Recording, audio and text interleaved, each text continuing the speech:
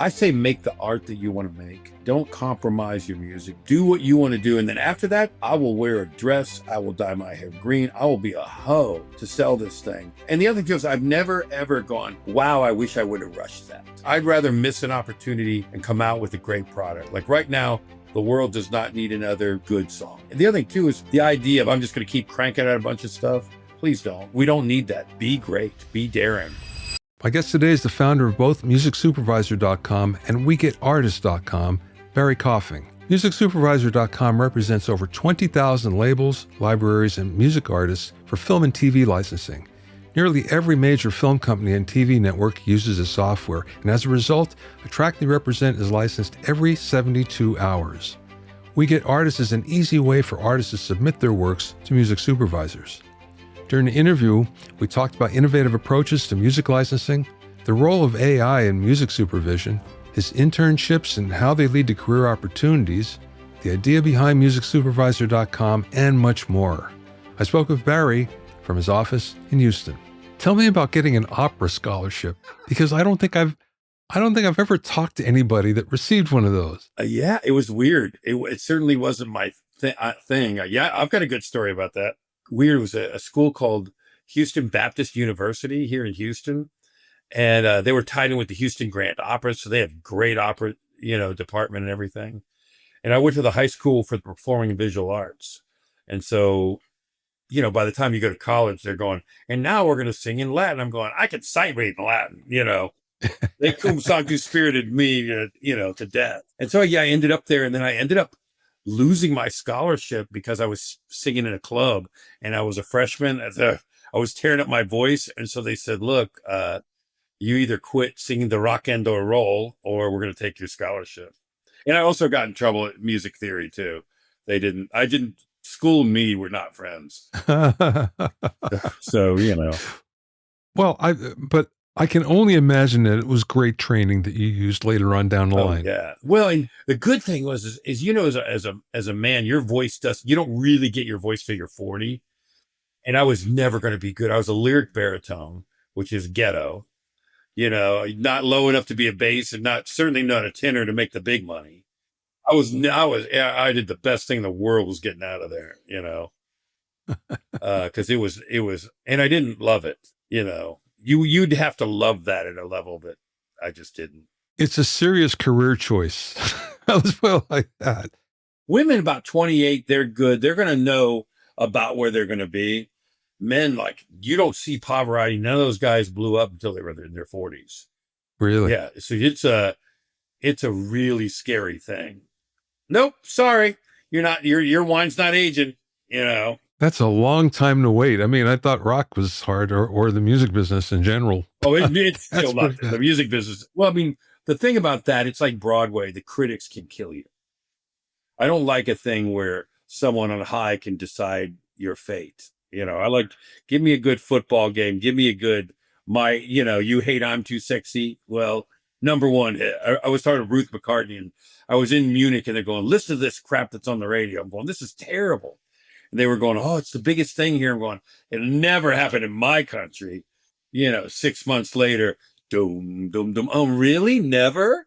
They couldn't wait to go rub it in my face. Yeah. Funny how that works.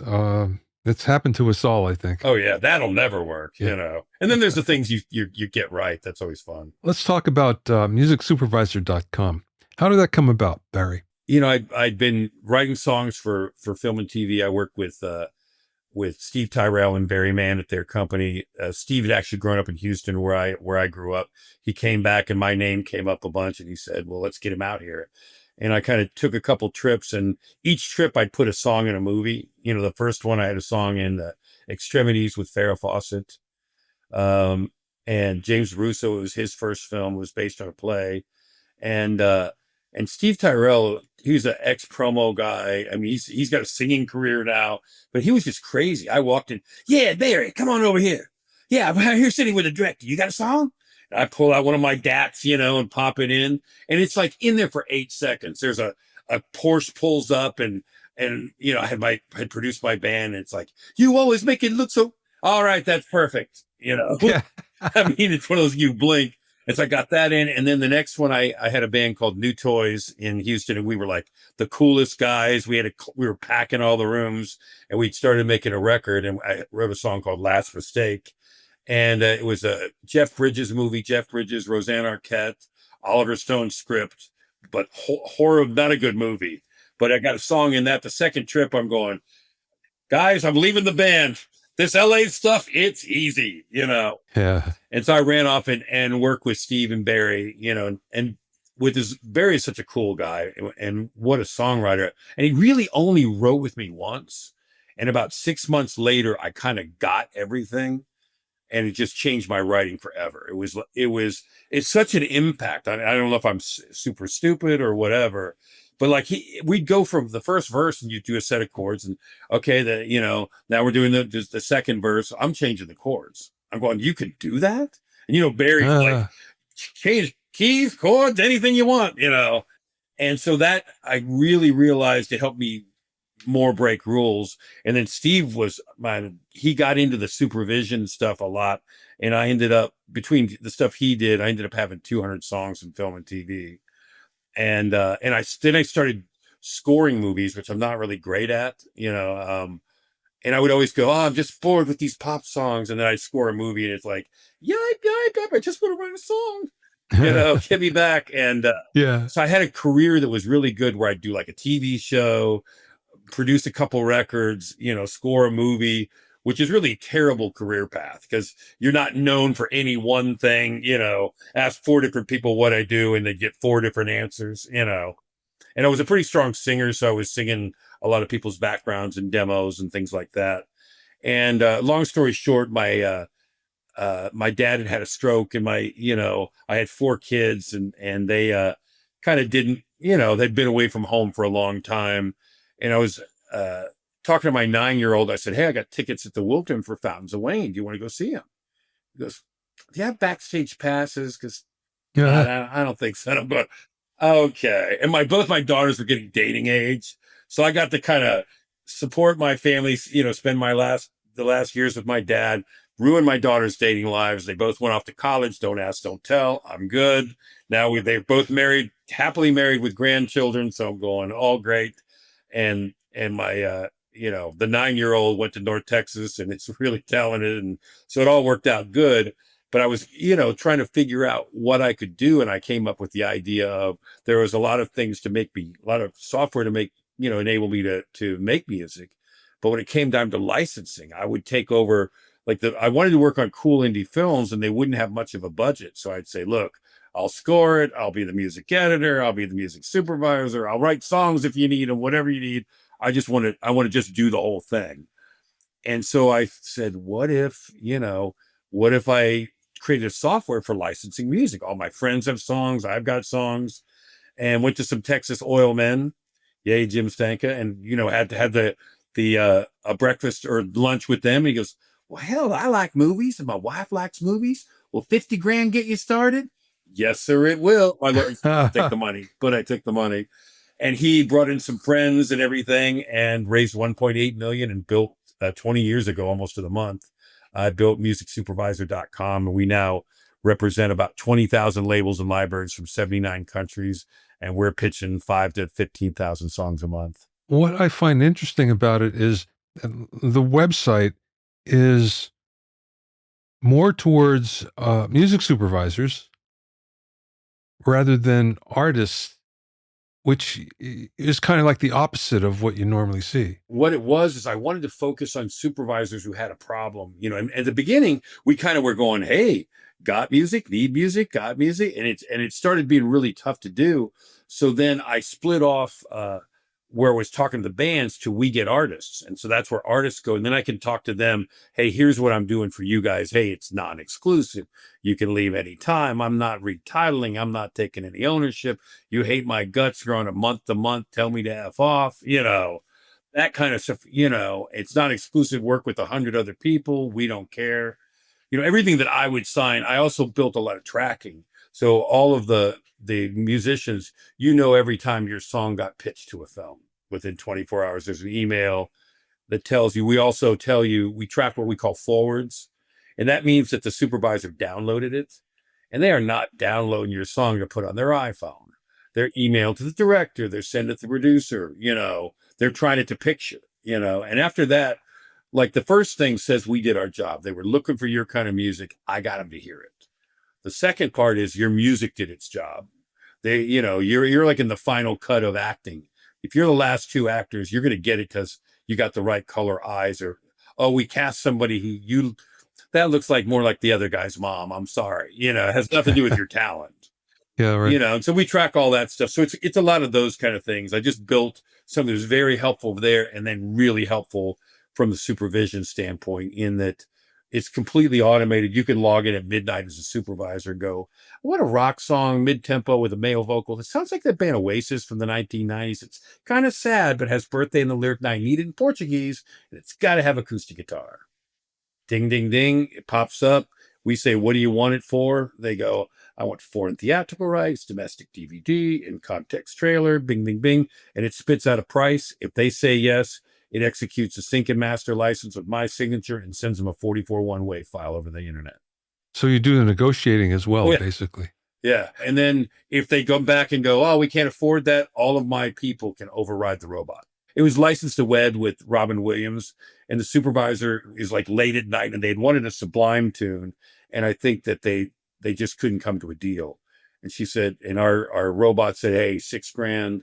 And the supervisor said, look, all I got's $5,000. We went, done. So it gives us the ability to really to work with both parties and be really kind of fair and cool. One of the things I really loved about your website is the approach, because it was who, what, where, why, how. It explained everything so well. Oh, thank you. That we spent so much time on that, because once we made the move, the other thing too is most of my clients are other music supervisors. Like I still supervise, but I only do ghetto stuff. I do small indie films. I'm not trying to go work for Disney or any of that or take their jobs. I mean, 50% of supervisors are in-house at, one of the big things, and the other 50% are struggling to get everything.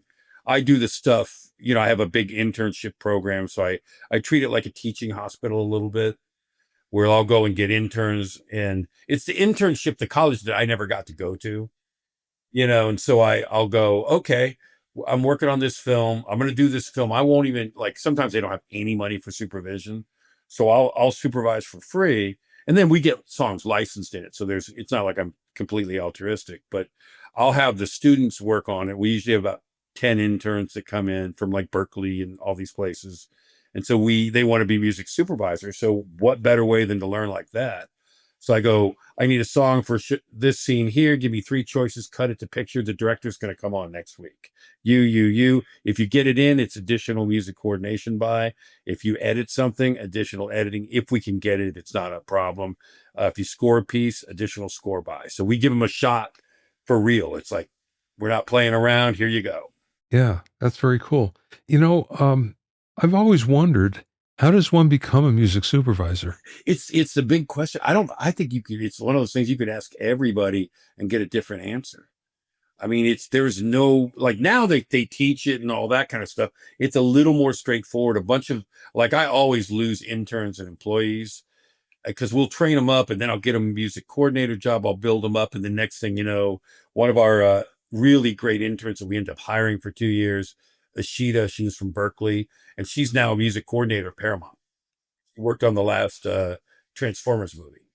And then one of our other interns, Nirupam, he's now was a guitar player, went to Berkeley, and he called me up and he said, 10 years ago, I was in India driving 4 hours to see Guns N' Roses.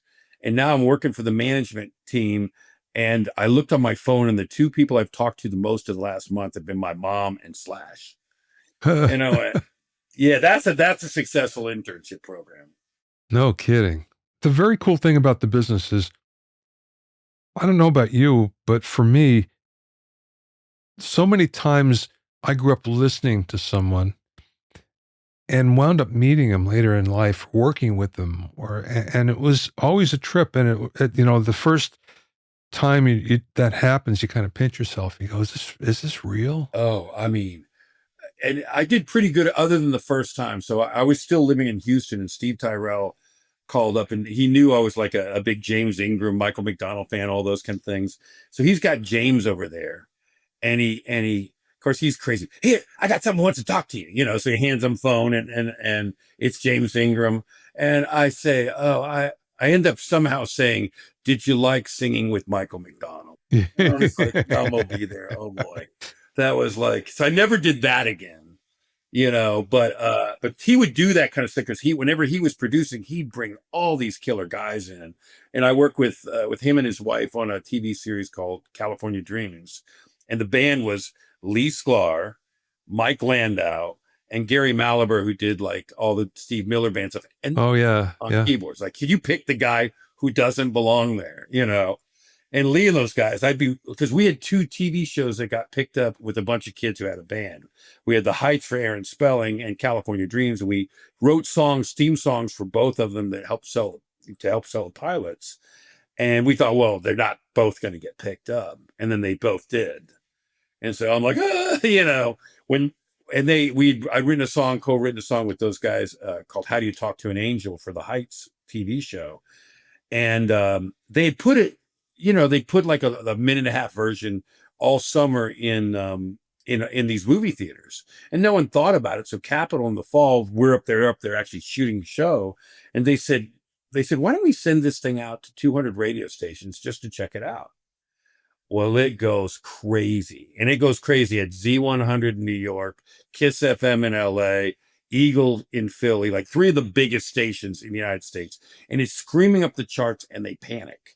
So these poor kids are up there, they're up there in Vancouver filming, and Steve grabs an engineer, grabs me, and we pick up an engineer, Dale Penner in Vancouver, who ended up being the guy that discovered Nickelback and doing their first record. He's my engineer. We got studio A and B, going on up at Little Mountain in Vancouver, and we do most of the record we did 96 hours in 1 week in the studio. I did, and so we ended up doing that. It was a bit crazy. Yeah, those are the days. I remember back, I was doing 16 and 18-hour days, and I'm really happy I don't do that anymore. I can't do that anymore. I don't know how Yeah, I know. Neither can I. You think back, you wonder, how did I do that? Why did I even think that was a good idea? You don't know any better. And the worst part, LA, you can work yourself to death, literally. Like you got to the point you have to say no to a project. And that is, boy, that gets bad. Did I just pass on the wrong one? Yeah, sure. Yeah, right. Right.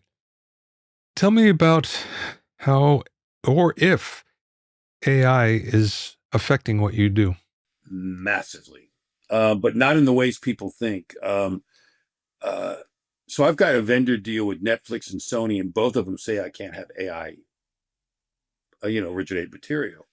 We do. Most of our guys are real. Like, we've never advertised. The people that sign up for our thing, usually a good person tells them, so we've got a really great group of guys, but we're starting to see stuff coming in, and you can hear it. Like, we're catching, if it's got vocals, we can hear it.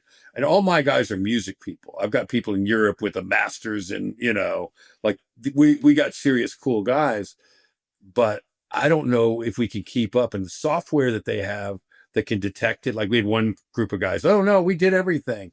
We said, well, who's the singer?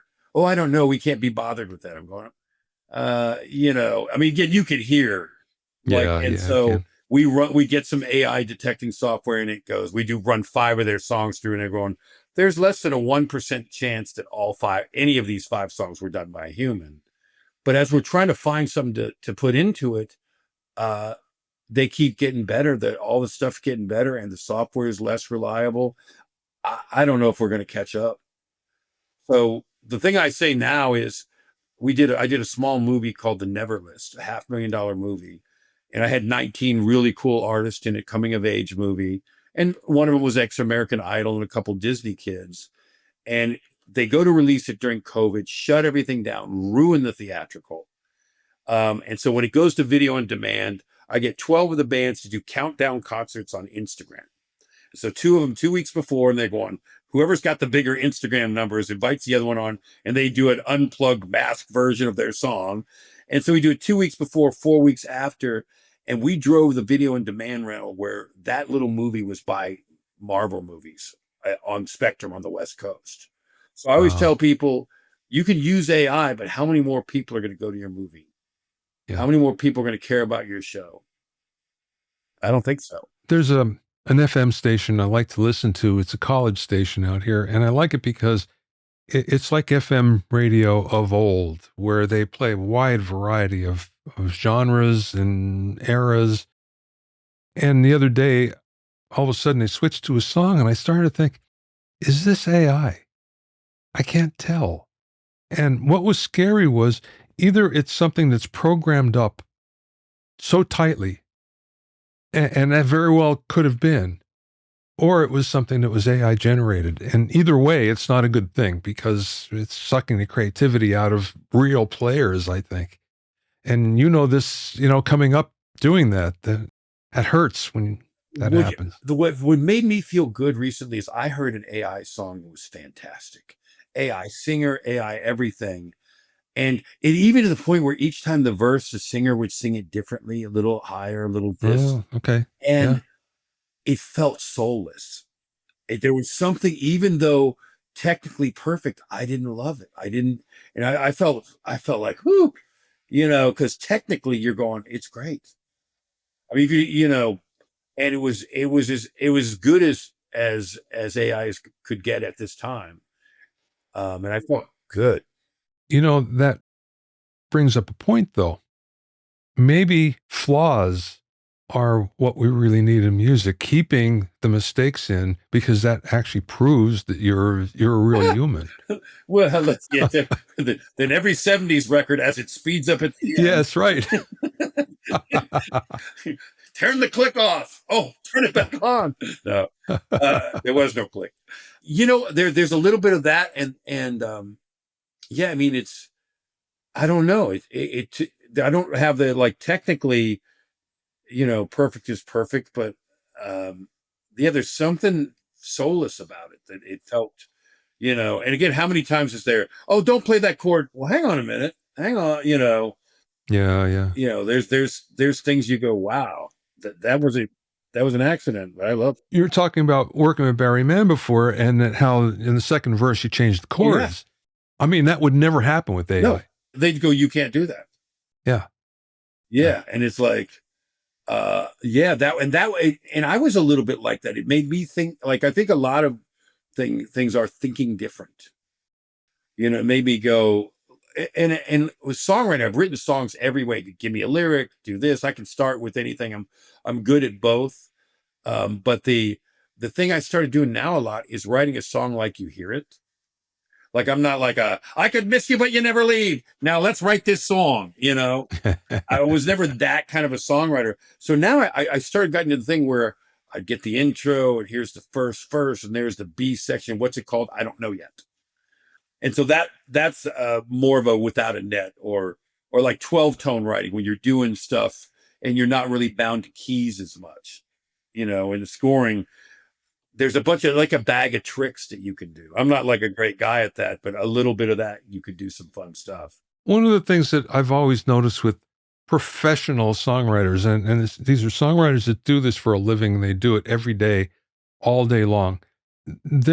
After a while, their output becomes somewhat homogenized, where it feels, and I'm not saying it's like AI, because it's not, but it does become very maybe too commercial, or there's no chances that are being taken. Mm-hmm. Well, and also too, it's why I've got a guitar back there, and I'm the world's worst guitar player.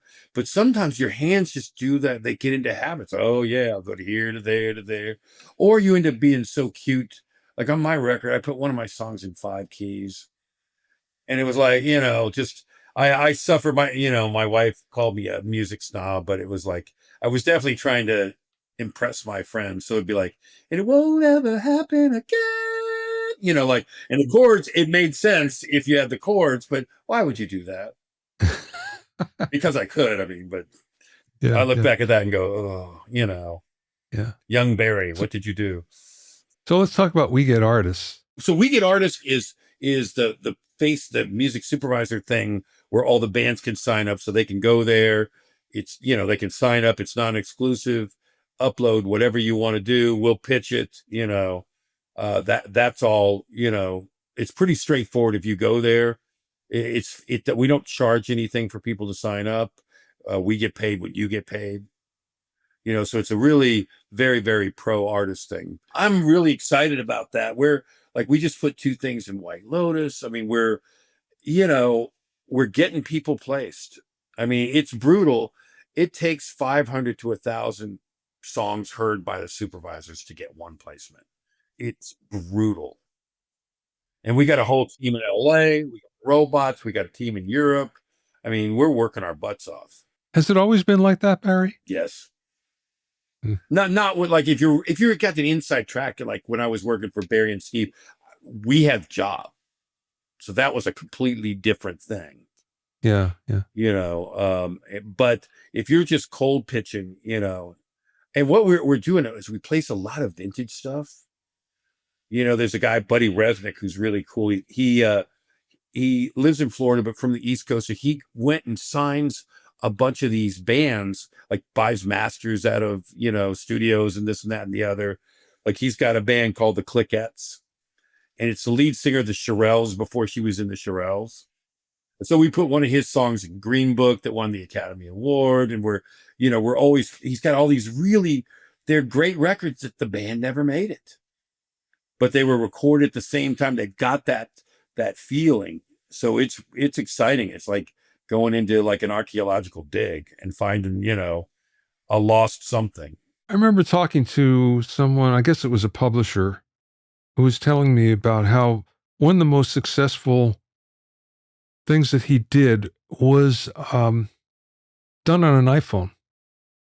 And normally it would, people would say, oh, that sounds like crap, but it was exactly what the supervisor was looking for. Okay. So I'm working on a movie. And this guy comes over. I've got a red fire ant problem. So the exterminator's there. He sees me working on the movie. He goes, I've got a band. I'm going, oh, do you? In fact, I got a CD in my car. He goes and gets a CD in the car. He's got a thing his girlfriend does with an iPhone. In the club, he only has one original song. And there's people clinking their glasses and talking everything. I've got a swimming pool scene outside. They go out there. I grab the thing, put it in. It works perfect. It's a low budget film, and all the clinking and the sound guy goes, "You saved me an entire day with that crappy song." It's like with all the noise. It was I tell people I made $750 on a wedding march played on a tuba. Like I cannot control what they need. I just got to fill it. Yeah. That's awesome. Wow. Barry, what don't people know about you that you wish they would? I don't want people to know about me. I don't know. That's an interesting thing. I do a lot of stuff, that I have a music conference and festival where I get, we have really it's close to like 500 to 600 bands will sign up, and we'll pick 50 of them, and a bunch of engineers and producers and music experts will coach them up for 2 days and then showcase them. And it's called Springboard. And we've got we do them in Houston, we do them in Memphis, San Diego, we're up to doing 4 of them a year. And the impact of somebody like meeting someone like you, like the reason that I met you is I have like office hours where 2 days a week, I'll talk to any of our members. And one of the guys, we were saying, hey, you need to improve your engineering and tracking and stuff. Some people had told him that before. And he took your classes and is improving, and I said, oh, it's getting better. Like this stuff's good. And he told me about you, and I'm going, oh man, I'd love to meet him, And so I think we're in a point now where we're going to have to band together. I think I'm a real positive guy, but I think we're going to have to stand up and fight with some of the things that are going on. There's some things that Spotify and some of these guys are doing. I don't think we're going to be able to win the fight. I think they're going to make the deal with Suno, and we're going to have to fight that monster. The thought of that genie in the bottle, it's not going to happen. And it's funny because on one hand, they're suing Suno, and on the other hand, they're trying to make a deal. They're going to make the deal. Oh yeah. And they've Yeah. already got this stuff. They've already used our songs to learn how to write. If you've ever heard the ones that didn't use songs, like they had to ask permission, oh, those AIs are shitty. They're horrible. But if you've got access, and again, there's people who make the case, isn't that what we are? Isn't every song that we wrote something we heard here, stole there, did that? You know, yeah, sort of. You know, there's a difference between influenced and programmed, I think. No, I think that's the exact point everybody's missing. Yep. Yeah, it is it's a weird thing. But I think it's a very interesting time that we're in. But I don't think AI is the answer people think it is. No, no.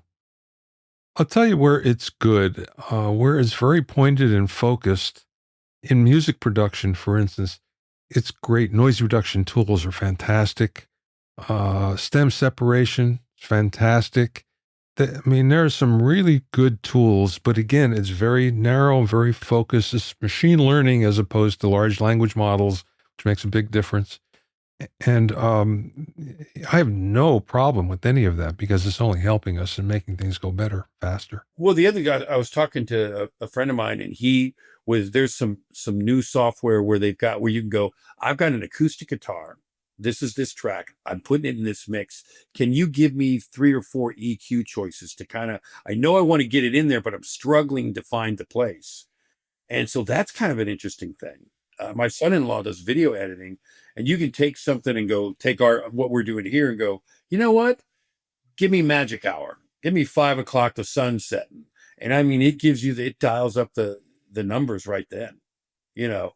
But I think I think it's great if it's a tool, you know, but if you're using it to generate everything, write me the lyric, right? You know, I know guys that are doing that and they're so proud of themselves, and I'm a little pissed, you know. On some of the videos for my courses, I used to have a green screen behind me, and I do everything in green screen, and you don't need it anymore because all you say is take out the background, and it does it better than the green screen ever could. So Well, I've got a green screen I never got to use, so thanks. Yeah. Well, I have one too that's for sale Yeah, now. exactly. So. Mine's never been used though. Hey guys, if you're there, don't buy Bobby's. All right, Barry, last question. And you're well qualified to answer this. What's the best piece of advice that you ever received from somebody, or maybe you learned yourself along the way? I think right now the advice I give to a lot of people is, to me, I say make the art that you want to make. Don't compromise your music. Do what you want to do. And then after that, I will wear a dress. I will dye my hair green. I will be a hoe to sell this thing. But and the other thing is, I've never ever gone, wow, I wish I would have rushed that. Like I'd rather miss an opportunity and come out with a great product. Like right now, the world does not need another good song. If it's not great, and the other thing too is the idea of I'm just going to keep cranking out a bunch of stuff. Please don't. You know, we don't need that. Be great. Be daring. I so love that advice. That's great. And I'll tell you, I've had the same thing. Someone once told me, I wish I would have followed my intuition more when something didn't feel right. And I said it was good enough. And it never is when you go back. And you often think, I wish I would have fixed that, or I wish I would have followed my intuition on it. And most people don't. Sometimes I hate myself because they say one more thing. Okay, on the third line, the left guitar, just like a half a dB. Of course, you know, look, you can't hear a half a dB. You know, we've had these arguments, but I'm going, look, I can't live with myself if I don't do this. So I usually screw up the other way. But at the end of the day, I'm happy. I'm listening to it. Like one of the things I hate about Spotify now is if you listen to your own song a bunch of times, it's a strike that you're getting trouble. They don't pay you and all that. I'm going, I mean, I don't know about you, but I'll finish a mix and you spent, I mean, God knows how many hours. And what do? Put it on repeat and just listen to it 100 times in the car. You know, ooh, that thing he did with the guitar, you know, who's good? Me. You know, it's like, I just, you know, put all that blood, sweat, and tears and all those magical musicians like Lee Sklar. I've never worked with that guy that he didn't do something flipping amazing. You know, it's just to hang out with those guys. I mean, wow. They bring something every time. Yeah, it's a good thing. It's a good thing to happen. Everybody has not only fun with those guys, but there's the magic moments that happen. Yeah. Don't happen other times, Well, And- you're thinking, he's a bass player. No, No, no, no. he's not. Yeah. Landau too, man. It's like we were doing one of our events in San Diego when the fires came, and I heard that he lost everything. Just like going, oh my! And I was on a panel when I found out. I haven't even called him, because I had a fire and lost my whole studio, lost all my tapes, my record collection. I know exactly what that feels like. And I mean, he had $250,000 worth of guitars that when you call a session, they flip it open and it's, Yeah. and you can't go buy those again. No. Well, hopefully he's past that and everybody else is too. I know it's an ongoing thing. I have friends that are still bargaining with the insurance company, and that's no fun. Well, the other thing too is you think you've got everything insured. How about the 10 grand in Mogami cable to insure? Yeah, right. No, right. No, it's like you're not coming right back. Even maybe if you got some insurance I don't know about, but yeah, it's gonna take a while. Well, very cool, Barry. This has been a lot of fun. It's been great to talk to you. So much. And I hope we do it again soon. I would love to. You're gonna keep me posted on what you're doing, and we'll talk more. Definitely. As things go along. Cross my fingers. Thanks for listening and being in my inner circle. Remember, if you have any questions or comments, you can send them to questions@bobbyowsinski.com. You can also learn all about the latest in music, audio, and production news, and find out about openings for my latest online classes at bobbyowsinski.com. This is Bobby Owsinski. I will see you next time.